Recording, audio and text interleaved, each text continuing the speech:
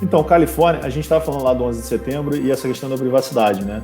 Eu estava chegando na Califórnia quando, na verdade, eles estavam começando a sentir o impacto, na verdade, positivo, né? Não mais o negativo, da crise de 2008, 2009 nos Estados Unidos, a crise financeira. Que as pessoas começaram a repensar a propriedade, começaram a repensar um pouco os gastos das coisas e surgiu a economia do compartilhamento. Eu cheguei lá no meio do negócio explodindo, já existia, né? Então, e eu tive uma oportunidade interessante, porque como eu tinha acabado de sair do governo, as empresas queriam também conversar comigo. Então, eu conversei com várias dessas empresas de economia do compartilhamento. Algumas que são as mais famosas aqui no Brasil, mas outras que também o pessoal não escuta muito. Então, assim, foi bem interessante para entender o processo que estava acontecendo. E eu fui para a Califórnia de propósito, porque eu sabia que estava acontecendo alguma coisa diferente e lá estava sendo meio que a origem desse processo. Tanto que eu acabei estudando muito sobre economia do compartilhamento, voltei para o Brasil, publiquei sobre isso, entendi um pouco, né? E hoje esse mercado de plataformas, ele agora está assim, para milhares de tipos de serviço, né? Que não sejam só de compartilhamento. Você está vendo uma variedade enorme de serviços. Praticamente, uma parte relevante da economia está toda migrando para serviços. Tanto que a gente está vendo que indústria, né, os empregos da indústria estão caindo e de serviços estão aumentando. Isso foi em 2014, né? Você fica aqui, lá você fica meio que um período sabático? O FGV tem um programa de sabático, né, para poder fazer com que os professores se renovem. Aí eu fui para a Universidade de Berkeley, na Califórnia. E aí fui lá, assisti aula, fui nas empresas, bater papo, fui conversar com os escritórios de advocacia lá. Foi muito, muito bom mesmo. Assim. Eu acho que é o tipo de coisa que todo acadêmico tem que passar um tempo para poder refletir. É um tempo de parada mesmo. E, sobretudo, nesse momento que a gente vive, né, que a gente não valoriza mais tanto a ociosidade, acho que é um bom momento para você parar e dar uma refletida. E aí, em termos de tecnologia, Carlos, o que você viu assim, que depois veio para cá? Ou não... Essa questão, eu sempre gosto de pensar na internet como era o cinema antigamente, né? Saiu um filme nos Estados Unidos, aí depois de um tempo ele vinha para o Brasil. Naturalmente agora isso mudou, mas acaba que a própria indústria digital, ela meio que ela flui assim, né? Acontece uma coisa ali, até por questões da própria maturidade do ecossistema, que agora está melhor. Agora acho que também, assim como o cinema, as coisas não tem esse gap tão grande, mas as coisas acabam vindo para cá. Teve alguma coisa lá que você ficou impressionado que depois veio para cá, ou alguma coisa que você viu lá que até hoje não apareceu aqui? Cara, o que eu vi lá e eu acho que o principal aprendizado que eu tive lá foi que as soluções tecnológicas elas chegam muito rapidamente, né? Antigamente a gente via um processo de globalização que demorava uma década, né, para o vídeo ser produzido no Brasil, né? Tinha ciclos, né, de atraso de desenvolvimento de tecnologia no modelo de globalização, e o troço chegava muito depois nos países em desenvolvimento. Lá eu estava andando de Uber, estava andando de Airbnb, a gente viu isso chegar no Brasil com força nos anos seguintes. Então, deve ter sido relativamente, não chegou a ser concomitante, mas muito próximo.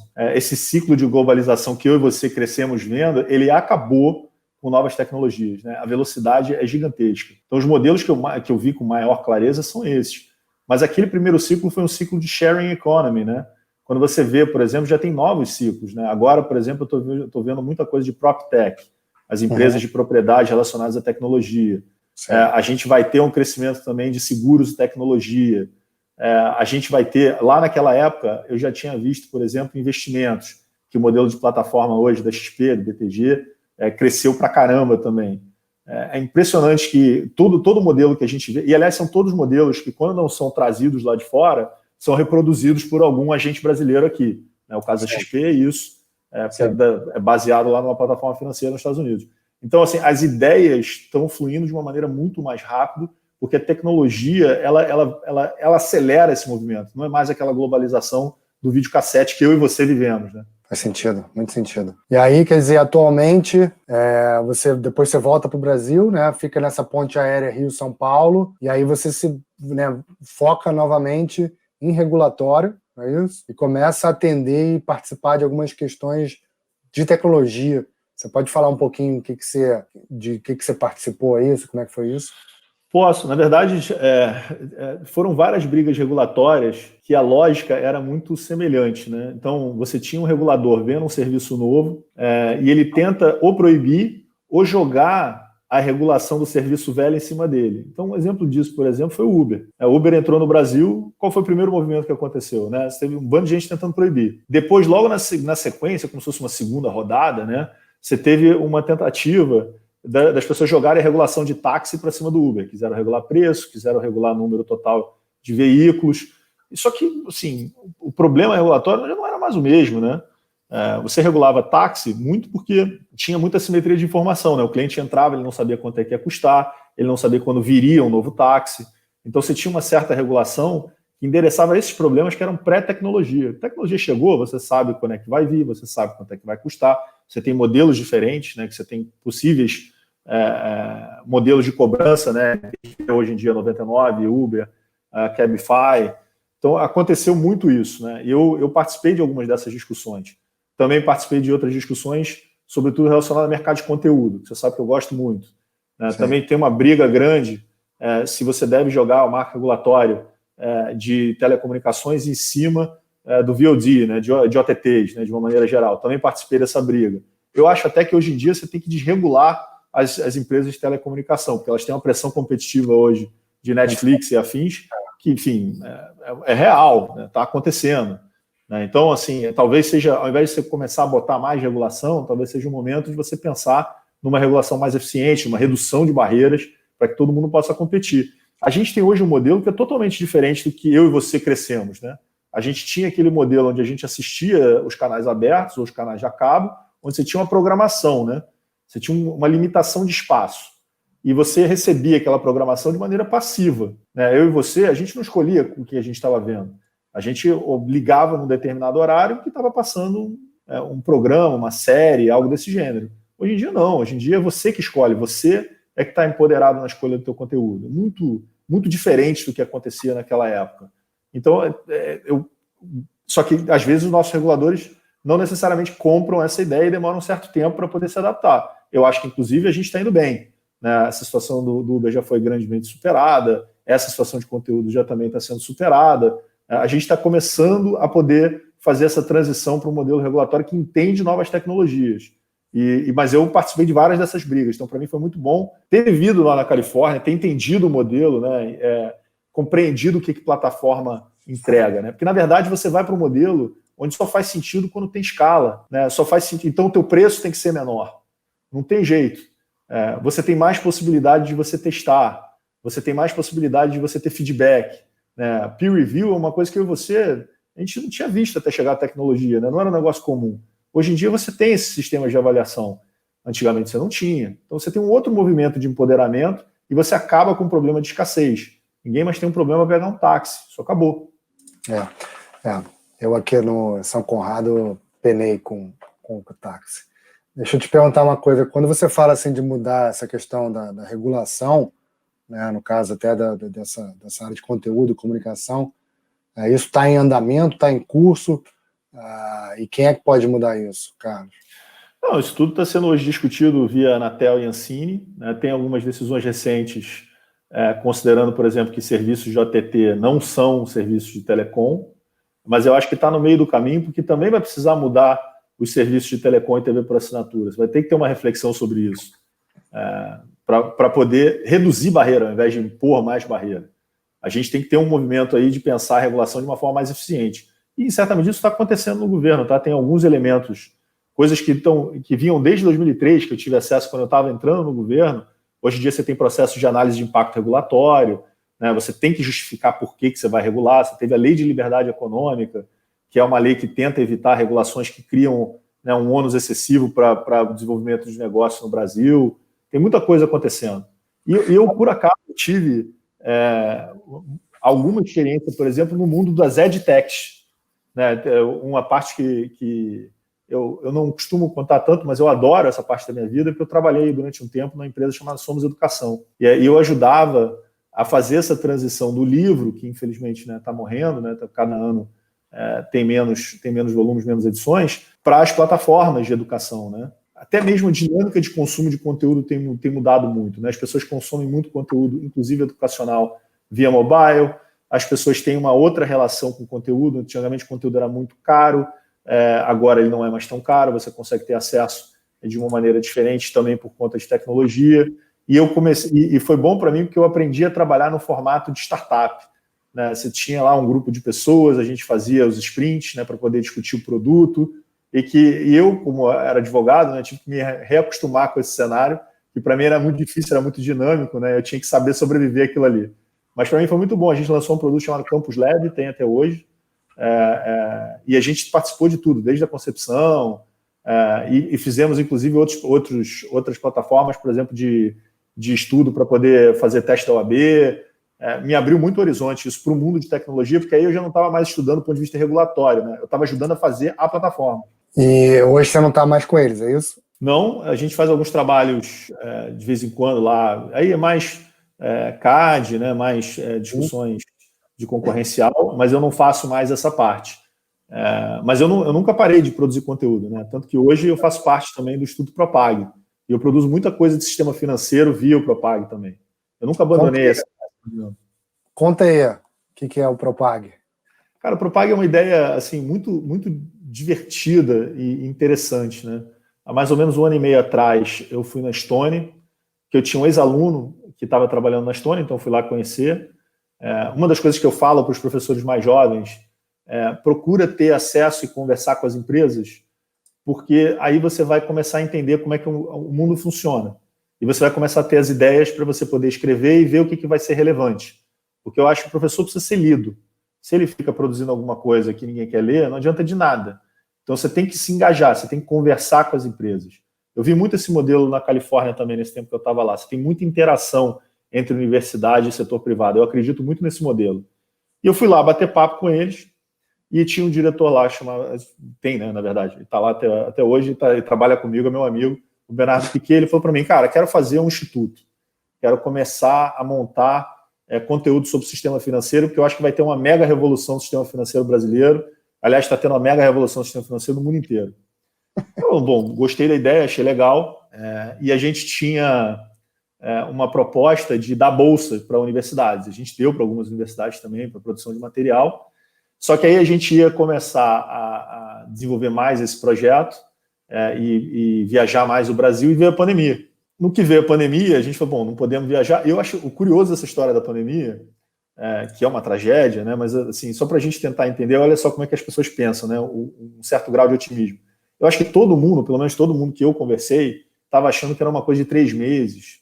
Eu me lembro que à época tinha uma discussão, no máximo agosto, né? A gente já está indo para dezembro, né? As pessoas, embora você tenha aí as notícias da vacina, esse troço ultrapassou muito mais o tempo que as pessoas estavam imaginando que inicialmente iria ter.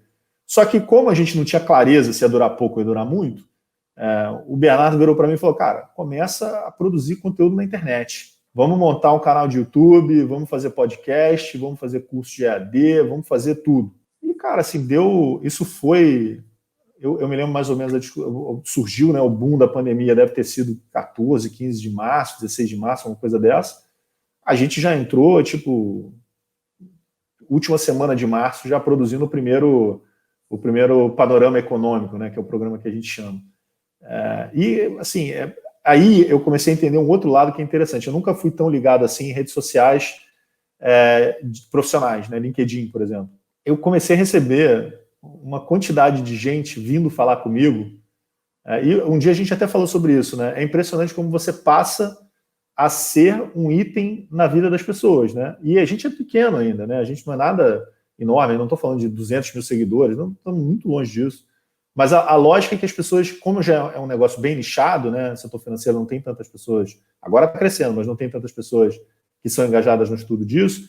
As pessoas que são interessadas te assistem, mandam material, fazem perguntas, né? Começa um exercício de interação que, vou te ser sincero, me trouxe muita sanidade durante esse período, né? Porque eu praticamente não saio de casa, né? E criou meio que um outro ambiente mesmo, paralelo, onde eu me comunico com as pessoas, troco ideia, troco informação, elas me trazem novidades, eu trago novidades para ela. A gente criou meio que um ambiente diferente que eu não tinha antes da pandemia. É bom, né, cara? Porque essa questão do nicho é importantíssimo, né? Você se sentir parte de uma comunidade com o mesmo propósito, mesmo interesse, isso é legal demais. E essa troca, né? Você ter reverberação do que você produz, né? É uma coisa espetacular, né? Aliás, deixa eu te perguntar 2 coisas. Você tem produzido semanalmente episódios do podcast de conteúdo, porque eu tenho visto muita coisa lá tua no LinkedIn, é isso? É semanal? Tenho feito semanalmente, com todas as dores que isso implica. É muito difícil produzir conteúdo. As pessoas não têm noção, né? Porque é muito difícil produzir conteúdo. E eu acho que mais difícil ainda é você conseguir angariar a atenção das pessoas.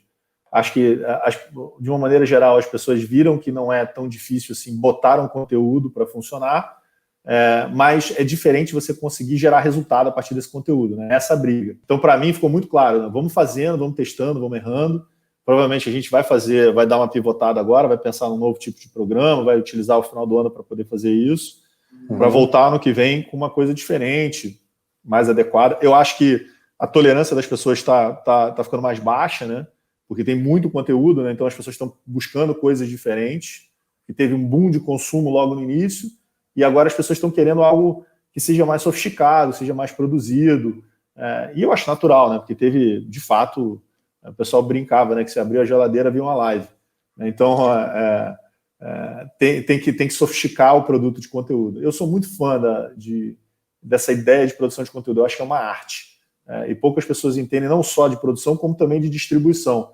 Eu acompanhei tua vida inteira profissional, né? A gente sempre se falou ao longo desses anos todos, né? Desde o colégio. Tipo, o G1, né? É um baita exemplo de conseguir distribuir conteúdo, né? Não só de produzir, mas você conseguir alcançar, né? Ter engagement, conseguir fazer isso. Então, acho que para mim, por exemplo, que estou dentro de uma atividade acadêmica, que naturalmente tem menos gente, né? Porque não é tão espraiado, né? O público, é sempre um desafio, né? E eu acho que para quem está em academia, quem quer ser professor, quem quer desenvolver, acho que o grande desafio é você ser relevante. E para você ser relevante, você tem que ser ouvido. Muito bom. Muito bom. Essa questão da distribuição é um ponto realmente crítico hoje, né? Até algum tempo atrás, óbvio que essa máxima continua, né? Da questão do content is king, né? Mas foi uma coisa que já foi mais funcional, né? Era uma coisa mais garantida, vamos dizer assim. E realmente, hoje você tem esse dilema, né? Esse dilema de você chegar, ter que produzir um negócio. Não basta o conteúdo ser legal, ele tem que ser no formato legal, ele tem que estar no lugar certo, na hora certa, né? Com a capinha certa, com detalhes táticos mínimos. Então, realmente, é uma dificuldade, né? Um desafio você conseguir dominar esse troço. E é muito legal te ver nessa questão toda. Eu lembro que você já estava muito envolvido com o blog, né? Eu lembro que você estava já nessa toada, né? Já muito preocupado, né? Como montar isso, como produzir conteúdo, com que formato e tal. Mas é muito bom ver pessoas que não do mercado digital entenderem que é importante você ter um conhecimento digital, né? Não basta você falar, pô, produz aqui e dá para o fulano de tal e acha que está resolvido. Não. Se você não quebrar a cabeça, entender, né, que tem um horário certo, tem a chamada certa, tem se são 40 minutos ou são 9 ou 10 minutos, faz toda a diferença. E acho que é muito bom saber que tem gente nova entrando nisso, não no teu caso, acho que você não é gente nova, mas é isso, a gente também passa por um momento delicadíssimo, né? Um momento único no século, né? Se você pegar 100 anos para trás, cara, é único, né? E eu acho que até na desgraça a gente tem que ter um certo otimismo, né? De entender que a gente é quase que não vou dizer assim, porque o termo não é felizardo, mas é um momento único para você ter passado, para você saber o que você pode aproveitar, né? Acho que eu acho que a palavra é, na verdade, entender o que está acontecendo, se solidarizar com a desgraça, porque não tem como não ter empatia com o que está acontecendo, e tentar evoluir a partir daí. Assim, está todo mundo falando uma coisa que está muito clara, né? A gente, cada evento grande tem uma consequência que a gente não consegue prever, né? Então, 11 de setembro teve essa questão da privacidade. A crise de 2008 teve um pouco da economia, ou teve muito da economia do compartilhamento. Essa pandemia vai mudar alguma coisa. Tem um movimento óbvio. Tá, o movimento óbvio é o quê? Esse mergulho no digital. Isso aí é meio que óbvio, todo mundo já está sentindo, né? E-commerce está aí para demonstrar o que está acontecendo, as pessoas todas quebraram as barreiras de acesso, né? Não que a gente ainda não tenha muito problema de inclusão digital, temos, Mas isso deu um empurrão, e deu um empurrão talvez de vários anos que a gente teria que esperar para poder ter o mesmo resultado. Mas o que é talvez mais curioso desse movimento é ver aquilo que a gente não está enxergando. Né? Qual vai ser o efeito que vai ser a questão da privacidade, qual vai ser o efeito que vai ser a questão da economia do compartilhamento para esse evento tão traumático que a gente está vivendo. É isso sempre uma coisa tão violenta dessa, ela gera mudanças de sociedade. Eu acho que é isso que a gente ainda não tem tanta clareza agora. Concordo. E eu acho que é isso que as pessoas têm que dar uma refletida, porque demora um tempo mesmo para enxergar como é que as pessoas vão se adaptar, porque nem tudo é imediato. O e-commerce foi imediato, que foi uma certa tendência de sobrevivência. Mas o que não é imediato? Acho que essas são as perguntas. Essa é a pergunta, na verdade. E olha só, os cursos da Propag continuam, quem quiser pode ir lá fazer, está aberto, como é que está isso? Então, o material, o conteúdo do Propag está todo aberto, os cursos, né, o Instituto lança de tempos em tempos, né? Então a gente teve um primeiro curso sobre sistema financeiro, de uma maneira geral, depois a gente teve um curso sobre Open Banking, né, que é o que está pegando agora. O Brasil está pegando muito o Pix, né, que está todo mundo vendo essa discussão do pagamento instantâneo, e está vendo do Open Banking. A gente fez um curso de Open Banking, e eu tenho muita vontade de fazer um curso de Pix. E, na verdade, eu tenho assim, pensado junto com o pessoal do Instituto, né, que cursos fazem sentido, o que o pessoal está querendo, qual que é a demanda. Né? Esse curso de Open Banking, por exemplo, para a gente foi um sucesso. Né? A gente lançou em menos de 24 horas, já estava as 500 pessoas, que era o limite, né, já tinham sido inscritas. Incrível.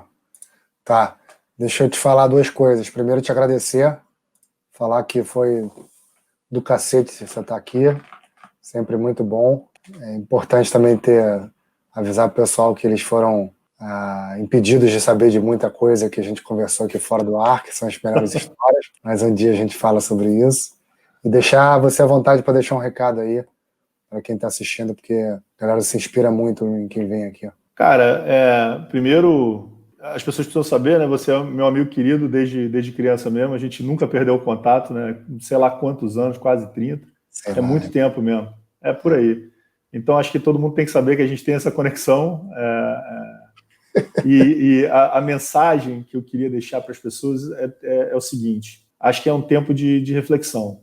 É um tempo de você procurar adaptabilidade. Eu estou buscando muito isso, né? Porque agora a gente está nesse movimento de 40 anos, né? de família, de reflexão, já não é mais a mesma coisa dos 20 anos, né? Não tem mais a mesma ansiedade, também não tem mais a mesma vitalidade, infelizmente, mas eu acho que é muito importante para o pessoal da nossa faixa etária, e também para quem é mais jovem, e também para quem é mais velho, né? A necessidade de você estar o tempo inteiro buscando se adaptar, aprendendo uma coisa nova.